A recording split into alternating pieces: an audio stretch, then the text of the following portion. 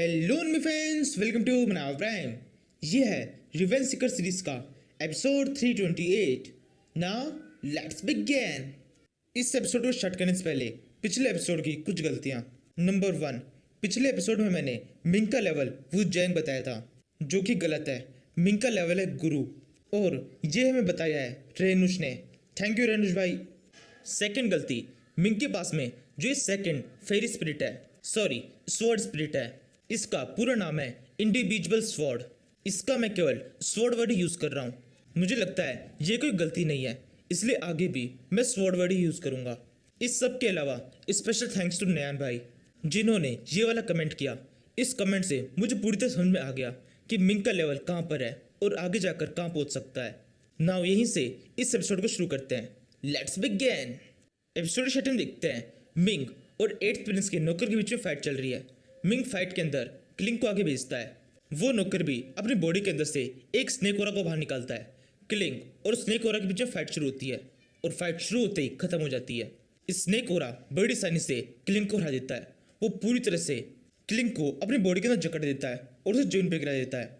इससे मिंग को समझ में आ जाता है इस नौकर की पावर बहुत ज़्यादा है। मिंग उससे पूछता है तुम चाहते क्या हो। नौकर कहता है मैं तुम्हें पहले बता चुका हूँ, 8th प्रिंस ने तुम्हें मिलने के लिए बुलाया है, तुम्हें मेरे साथ में चलना होगा। मिंग कहता है ठीक है, मैं तुम्हारे साथ में चलने के लिए तैयार हूँ, लेकिन सबसे पहले क्लिंग को छोड़ो। अगर क्लिंग को कुछ भी हुआ तो मैं तुमसे वादा करता हूँ, मैं कुछ भी करके, चाहे खुद की जान को खतरे में डालकर तुम्हें मार दूंगा। तुम किसी भी तरह से मुझसे नहीं बच पाओगे। नौकर मिंग की बात को मान जाता है और अपने उस स्नेक को वापस से अपने पास में बुला लेता है। इसके बाद में मिंग के क्लिंग का साइज भी काफ़ी ज़्यादा छोटा हो जाता है। क्लिंग मिंग से कहता है यह आदमी बिल्कुल भी ठीक नहीं है, ये बहुत ज़्यादा खतरनाक है, आपको इसके साथ में नहीं जाना चाहिए। कहीं इसने आपको कुछ करने की कोशिश की तो। तभी मिंग क्लिंग को उठा लेता है और उसे कहता है नहीं, ये कुछ नहीं करेगा। अगर ये मुझे मारना चाहता होता तो अब तक मार चुका होता। इसकी पावर मुझसे बहुत ज़्यादा है। अभी के लिए हमें इसके साथ में ही चलना होगा। इसके बाद में मिंग उस नौकर के साथ में उसके पीछे भी चला जाता है। वो वहाँ से सीधे 8th प्रिंस के मेंशन में पहुँचते हैं। 8th प्रिंस सामने की तरफ एक तख्त पे बैठा हुआ है। मिंग 8th प्रिंस को देखता है और उनसे कहता है 8th प्रिंस, आपने मुझे मिलने के लिए बुलाया था। 8th प्रिंस कहता है तुम्हें इस तरह से इतना पोलाइटली मुझसे बात करने की जरूरत नहीं है। तुम मेरी आंटी के हस्बैंड हो, इस हिसाब से देखा जाए तो तुम मेरे अंकल हो, यानी कि रिलेशन में सही तुम मुझसे ज़्यादा बड़े हो। हम दोनों पहली बार मिल रहे हैं, तुम्हें नहीं लगता तुम्हें मुझे कोई गिफ्ट देना चाहिए? तुम चाहो तो मुझे गिफ्ट में टियांजियो फ्रूट दे सकते हो। मिंग कहता है आपने थोड़ी सी देर कर दी, टियांजियो फ्रूट जो भी मेरे पास में थे वो सब के सब खत्म हो गए। ये सुनकर 8th प्रिंस को गुस्सा आ जाता है। 8th प्रिंस कहता है तुम्हारे पास में टियांजियो फ्रूट नहीं है, यानी कि इसका मतलब तुम मुझे कुछ भी नहीं दे सकते हो। अब तुमसे बात करना बिल्कुल बेकार है, लेकिन अब तुम यहाँ पर आई गए हो तो मैं तुम्हें ऐसे ही यहाँ से जाने नहीं दूंगा। मैं तुमसे कुछ ना कुछ तो लेके ही रहूँगा। फिर 8th प्रिंस अपने नौकर से कहता है मुझे कुछ बढ़िया सा देखना है। 8th प्रिंस का नौकर उसका इशारा समझ जाता है। नौकर जोर से चलता है और अपनी बॉडी के अंदर से अपने स्नेक ओरा को रिलीज करता है और उसे सीधे मिंग पर अटैक करने के लिए छोड़ देता है। उस स्नेक ओरा का मिंग के ऊपर बिल्कुल सही तरह से अटैक होता है। मिंग की बॉडी पर एक ही बार में कई सारे घाव लग जाते हैं। स्नेक ओरा अभी भी रुकता नहीं है, वो मिंग को अपनी बॉडी के अंदर जकड़ लेता है। उस स्नेक के इस तरह के अटैक से मिंग की हालत काफी ज्यादा खराब हो जाती है। मिंग के मुंह से लगातार खून बहने लगता है। अब मिंग से कुछ कह भी नहीं जाया रहता है। नौकर मिंग से कहता है 8th प्रिंस के सामने सरेंडर कर दो, उनके सामने अपने घुटने टेको, उसके बाद में हो सकता है तुम्हारी जान बच जाए। तुम्हें अपनी लाइफ को सेक्रीफाइस करने की जरूरत नहीं है।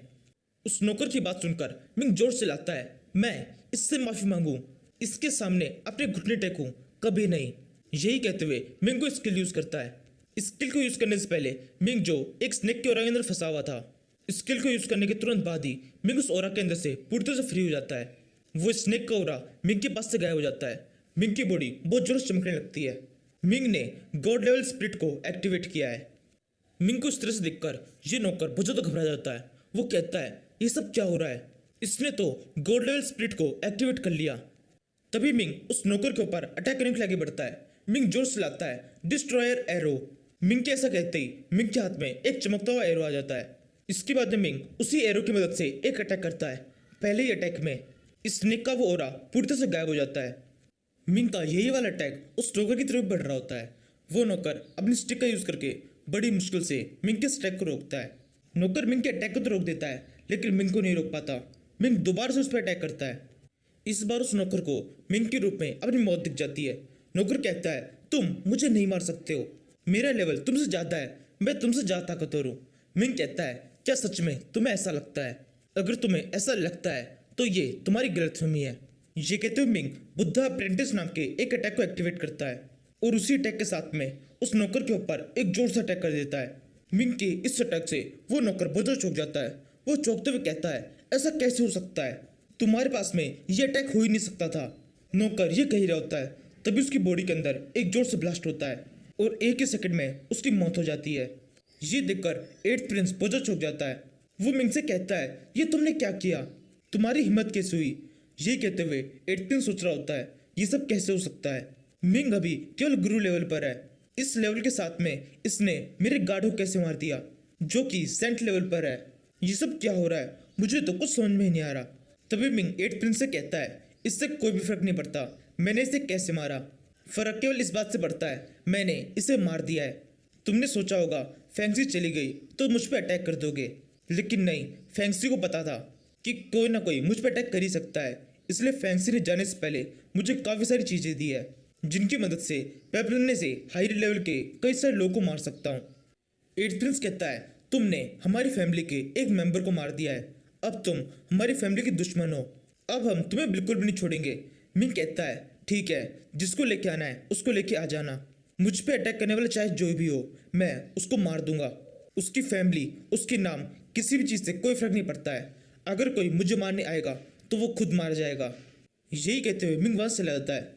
मिंग के वहाँ जाते ही काफ़ी सारे गार्ड उस रूम के अंदर आ जाते हैं और एट्थ प्रिंस से कहते हैं, एट्थ प्रिंस, आपने हमें उस पर अटैक करने के लिए क्यों नहीं कहा?